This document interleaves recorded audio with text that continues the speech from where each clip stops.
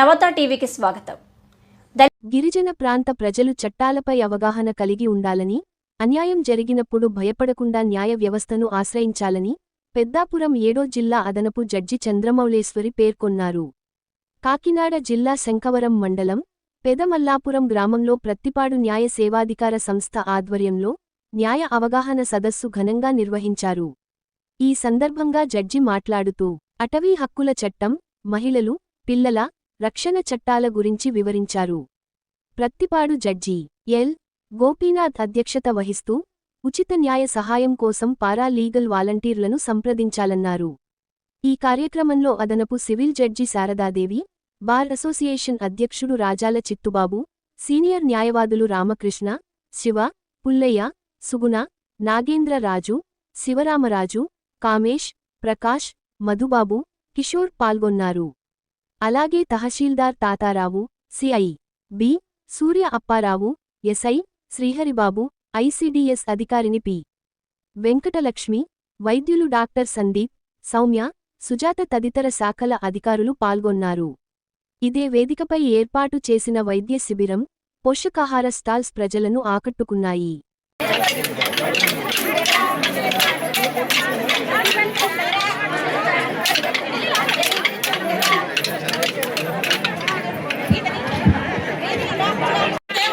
తమ్ముడా లక్షణ కోట కరుండవై తమ్ముడా లక్షణ ఓ తమ్ముడా లక్షణ ఓ తమ్ముడా లక్షణ ఓ తమ్ముడా లక్షణ ఓ తమ్ముడా లక్షణ ఓ తమ్ముడా లక్షణ ఓ తమ్ముడా.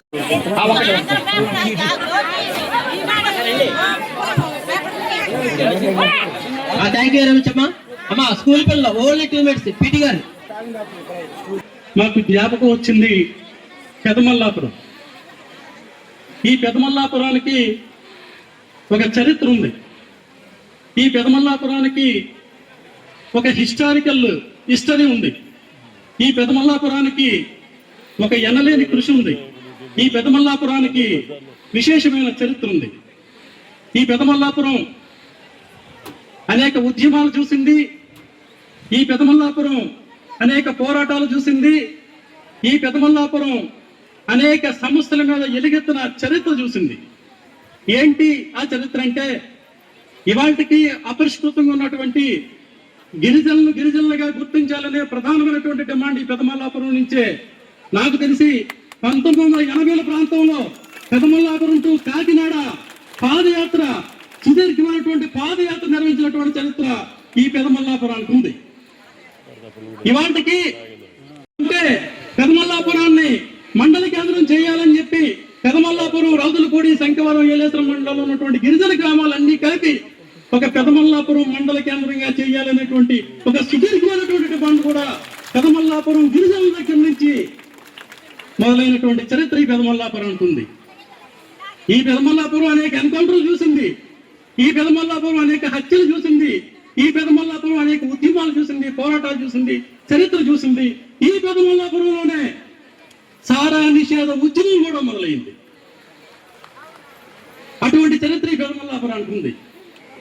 అటువంటి చరిత్ర లిఖించినటువంటి హిస్టరీ పెదమల్లాపురానికి ఉంది. అందుకనే మొట్టమొదటిసారిగా గిరిజన హక్కుల కోసం మనం మాట్లాడాలి అనుకుంటే ఎక్కడ మాట్లాడాలి, ఏం మాట్లాడాలి, ఏ ప్రాంతంలో మాట్లాడాలనుకుంటే పెదమల్లాపురం మాత్రమే దీనికి సరైనటువంటి వేదిక అని చెప్పి మా గౌరవనీయులు నిర్వహించే సదస్సులు గారు ఒక పెన్షన్ కోసమో, రేషన్ కార్డుల కోసమో, ఎలక్షన్స్ కోసమో, ఓట్ల కోసమో ఇటువంటి సదస్సులు నిర్వహిస్తూ ఉంటారు మీ ప్రాంతాల్లో. కానీ సాక్షాత్తు ఇవాళ సమాజానికి ఒక వెన్నెముకగా ఉన్నటువంటి ఒక న్యాయ వ్యవస్థ, జ్యుడిషియరీ ఏదైతే ఉందో ఆ సమస్యల మీద ఒక సదస్సు నిర్వహించాలనేటువంటిది ఒక చరిత్ర మా వైపు నుంచి. ఏంటి ఆ చరిత్ర అంటే, పెదమల్లాపురంలో గిరిజనులు ఎదుర్కొంటున్నటువంటి సమస్యలు ఏంటి, ఆ సమస్యలకి మనం ఎలాంటి పరిష్కారం చూపాలి. మేము చెప్పేది ఏంటంటే, ఆ పరిధిలో మాకు అత్యున్నతమైనటువంటి రాష్ట్ర హైకోర్టు అమరావతిలో ఉంది.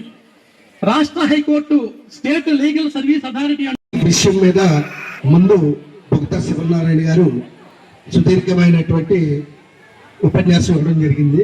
అందులో భాగంగా ఒకే ఒక్క విషయాన్ని మీకు తెలియజేస్తున్నాం. మండల లీగల్ సర్వీస్ అథారిటీలో మీకు ఇక్కడ ఏ రకమైనటువంటి సమస్య ఉన్నా ఒక కాగితం మీద రాసి mandal legal service authority chairman గారు అయినటువంటి జడ్జి గారికి ఇచ్చినట్లయితే మీ సమస్య ఏదైనప్పటికీ కూడా మా పరిధిలో ఉన్నంత వరకు చేయగలవారని కోరుకుంటూ ఈ అవకాశం తెలంగాణకు సంబంధించినటువంటి సమస్యలు వాళ్ళ ఆర్థికంగా ఎదగడానికి కావాల్సినటువంటి ప్రభుత్వ కేంద్ర రాష్ట్ర ప్రభుత్వాలు అమలు జరుగుతున్నటువంటి పథకాలు పొందలేనటువంటి దుర్భర పరిస్థితుల్లో పెదమల్లాపురం గ్రామం ఉండడం, అలాగే ఆ పథకాలు వచ్చినటువంటి విషయాలు కూడా ప్రజలకు తెలియకుండా ప్రజలకు చేరకుండా మధ్యదారిలోనే అవి ఖర్చు అవుతున్నటువంటి దుర్భరమైనటువంటి పరిస్థితులు పెదమల్లాపురం అనుభవిస్తుంది.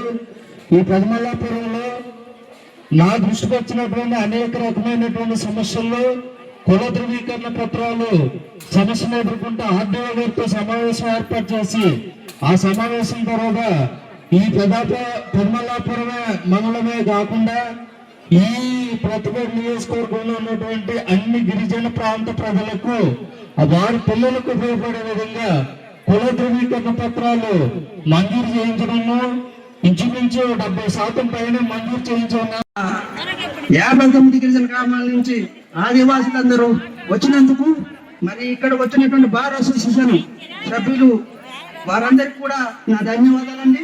అలాగే మేము 1985 నుంచి కూడా పెదమల్లాపురం మండలం కోసం అనేక పోరాటాలు చేయడం, మరి మండలంతో పాటు మాకు ఐటీడీఏ ఇప్పుడు ఇది ఏఎస్ జిల్లాలో వెళ్ళిపోవడం వల్ల మరి ఇక్కడ మండలంతో పాటు ఐటీడీఏ కూడా మాకు దూరం అయిందమ్మా. మరి ఐటీడీఏ పెదమల్లాపురం కేంద్రంగా కలుపుతూ మరి ఐటీడీఏ కూడా ఏర్పాటు చేయాలని మేము కోరుతా ఉన్నామండి. అదేవిధంగా మేము అప్పటి నుంచి ఇప్పటి వరకు ఇక్కడ ఉన్నటువంటి 5 మండలాల్లో ఉన్నటువంటి ఆదివాసుల అందరము ఏజెన్సీ ఐటీడీతో పాటు ఏజెన్సీ జిల్లాలో కూడా మమ్మల్ని కలిపితే మాకున్నటువంటి ఉపాధి అవకాశాలన్నీ కూడా ఉంటాయన్నది మేము కోరుకుంటున్నాము. ఇక్కడ మేము చేస్తున్నటువంటి ఈ కార్యక్రమాలకన్నిటి మా ప్రజలందరితో ఈ కార్యక్రమాలన్నీ మేము ముందు తీసుకుపోతున్నామమ్మా. ఈ కార్యక్రమాలకి తీసి మీ సమస్యల్ని మీరు పరిష్కరించుకోవచ్చు. ప్రభుత్వాలు ఏంటంటే మీకు ఉచిత న్యాయ సహకారం కూడా అందిస్తున్నది.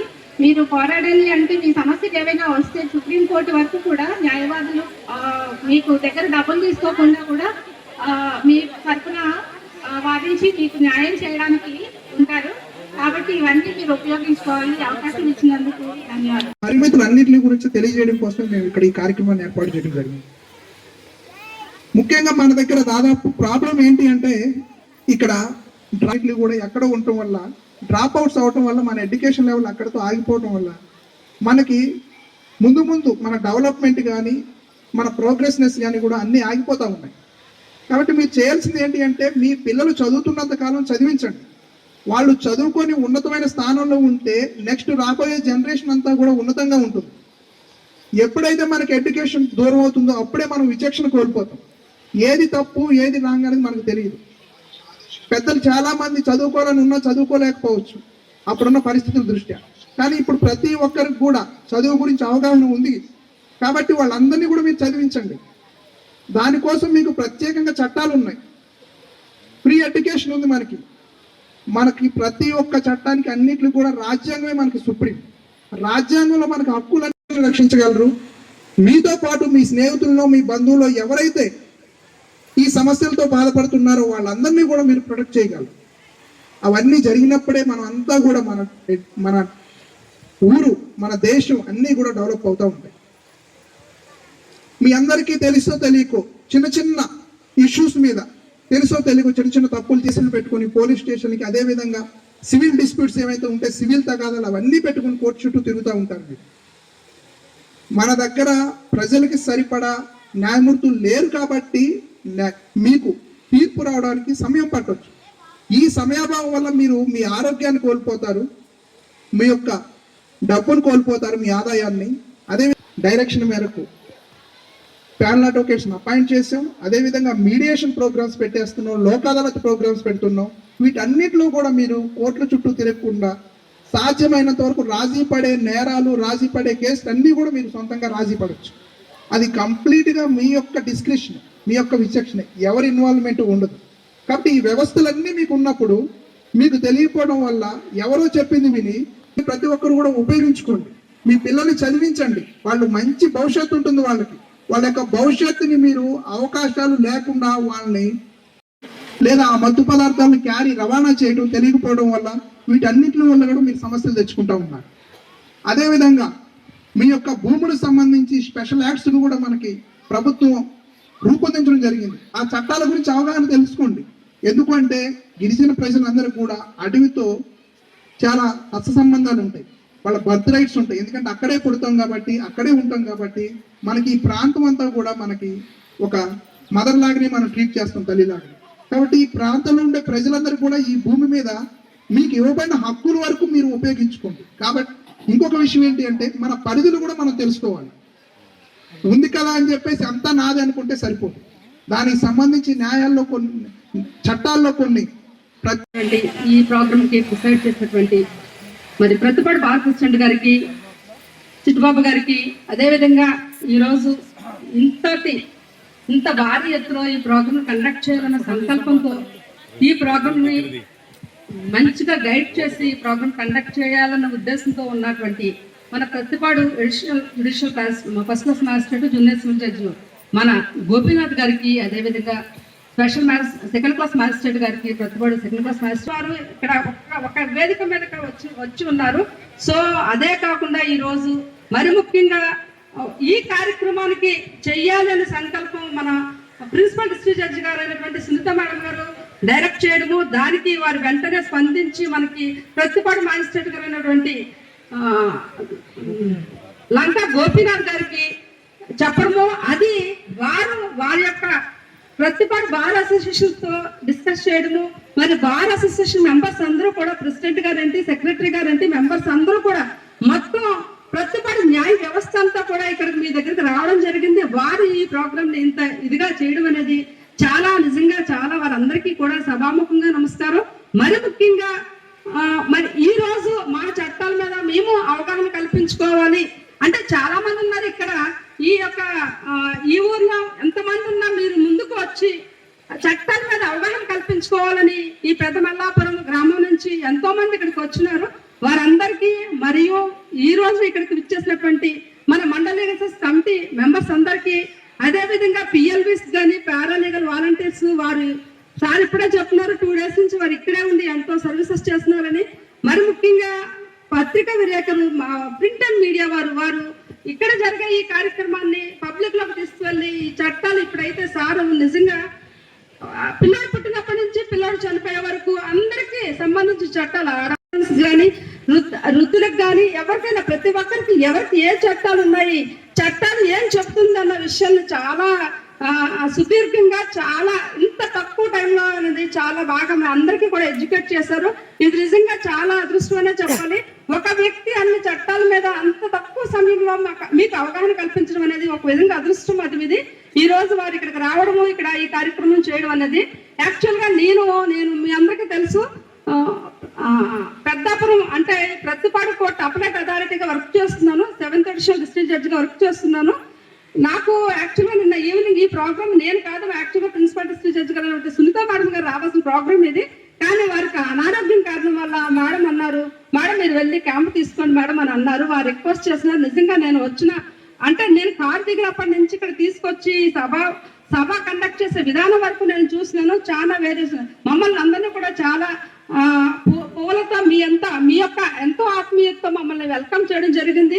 తీసుకొచ్చిన వెంటనే మన పెద్దవాళ్ళందరినీ, గాంధీ కానీ, నెహ్రూ కానీ, వీళ్ళందరూ మెడికల్ అండ్ హెల్త్ వారు కానీ, లేకపోతే మన చేనేత కార్మికులు కానీ వారు చేసిన చీరలు కానీ ప్రదర్శించడము, అదేవిధంగా మెడికల్ అండ్ హెల్త్ వారు వాళ్ళ యొక్క ఇచ్చిన సర్వీసెస్ గురించి, పర్టికులర్గా ఐసిడిఎస్ వాళ్ళు ఈ రోజున ఎంతో మంది గర్భిణీ స్త్రీ యొక్క పోషకాహారం అనేది ఇవ్వడము, పోషకాహారం సంబంధించిన ఆహార పదార్థాలన్నీ కూడా డిస్ప్లే చేయడం అనేది, అదే విధంగా ఇవాళ గర్భిణీలు కూడా సన్మానించడం అనేది ఇవాళ చాలా అదృష్ట దినంగా నేను భావిస్తున్నాను. మరి పర్టికులర్ గా ఆర్గానిక్ ఫుడ్ యొక్క విలువ తెలియజేస్తూ ఇక్కడ ఈ గ్రామంలోనే ఎలాంటి ఫుడ్ తయారు చేస్తున్నామని వారి యొక్క ఒక ఎగ్జిబిషన్ పెట్టడం అనేది జరిగింది. సో ఇవన్నీ వేసినారు. మనందరికీ కూడా కనుల విందుగా మనం ఎంతో టెన్షన్ గా ఉన్నాం, మనం ఎంతో భారంగా ఉన్న మైండ్ అంతా కూడా వాళ్ళ డాన్స్ కానీ లేకపోతే పెద్దవాళ్ళు కూడా వేస్తున్నారు, వారు వేసింది కానీ లేకపోతే మగపిల్లలు వేస్తున్నారు వాళ్ళు వేసిన డాన్సెస్ కానీ వాళ్ళందరూ కూడా ఇక్కడ పార్టిసిపేట్ చేసే విధానం చూస్తే నిజంగా చాలా చాలా ముచ్చటగా ఉంది. సో మీరు అన్నారు ఇప్పటి వరకు పది మల్లపురం అనేది చాలా లోపలికున్న ఏరియా అని అన్నారు. కానీ ఈ రోజున ఇంత అంటే ఇన్ని డిపార్ట్మెంట్ వారు ప్రతి డిపార్ట్మెంట్ ఇక్కడ రావడానికి కారణం మీరే. మీకు చట్టాల మీద అవగాహన చేయాలనే ఉద్దేశంతో మేము అందరం ఈ రోజు మీకు రావడం జరిగింది. చూసుకున్నాము ఈస్ట్ గోదావరి జిల్లా కానీ కాకినాడ జిల్లా కానీ చూసుకున్నప్పుడు ఎక్కడ లేని విధంగా ఇవాళ ఇక్కడ స్పెషల్ ప్రోగ్రామ్ కండక్ట్ చేయడం అనేది నిజంగా పెద్ద మల్లాపురం వారు చేసుకున్న పుణ్యమే అనిపిస్తుంది. ఈ రోజు మీ అందరూ కూడా మమ్మల్ని ఇన్వైట్ చేసి మాకు ఈ అవకాశం కల్పించినారు. మీరందరూ కూడా మీ అందరికీ కూడా సభాముఖంగా నా యొక్క ధన్యవాదాలు తెలియపరుచుకుంటున్నాను. మరి ముఖ్యంగా ఈ రోజు మీకు ఇక్కడ